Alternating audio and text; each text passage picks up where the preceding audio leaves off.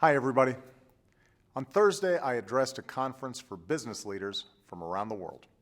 And my pitch was simple. Choose America. Invest in America. Create jobs in America. It speaks to my top priority as president, growing our economy, creating good jobs, strengthening security and opportunity for the middle class. Over the past 3.5 years, our businesses have created over 7.5 million new jobs. And this week, the Treasury confirmed that since I took office, we've cut our deficits by more than half. But we have more work to do. We need to grow and create more good jobs faster. That's my driving focus, and I'll go anywhere and do anything to make it happen. That has to be Washington's driving focus as well. But I know that what you often hear out of Washington can sound like Charlie Brown's teacher, a jumble of unfocused noise that's out of touch with the things you care about. So today, I want to cut through that noise and talk plainly about what we should do right now to keep growing this economy and creating new jobs. It begins by ending what has done more than anything else to undermine our economy over the past few years, and that's the constant cycle of manufactured crises and self-inflicted wounds.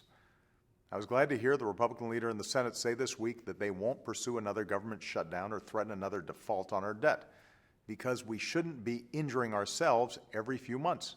We should be investing in ourselves. And one way to do that is through the budget that Congress started working on this week. Now, budgets can be a boring topic, especially on the weekend, but they can also be revealing because they expose what our priorities are as a country for everybody to see. Think about it.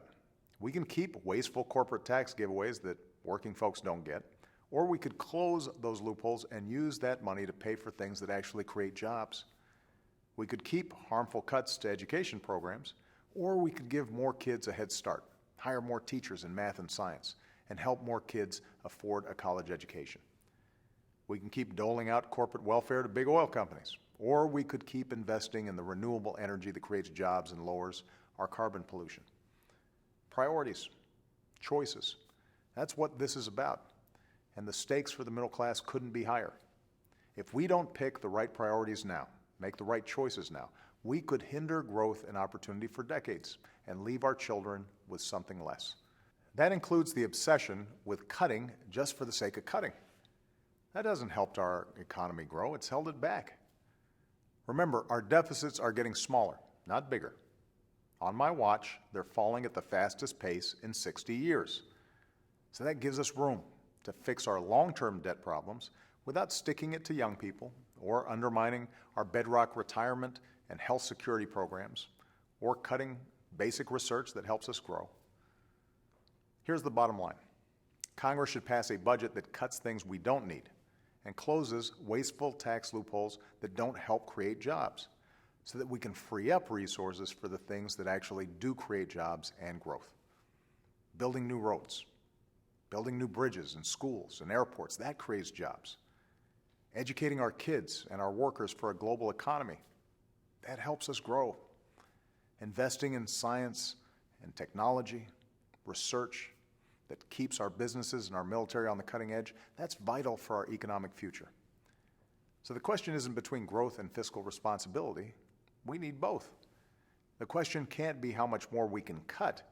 It's got to be how many more jobs can we create? How many more kids can we educate? How much more shared prosperity can we generate? Because in America, our economy doesn't grow from the top down. It grows from the middle class out.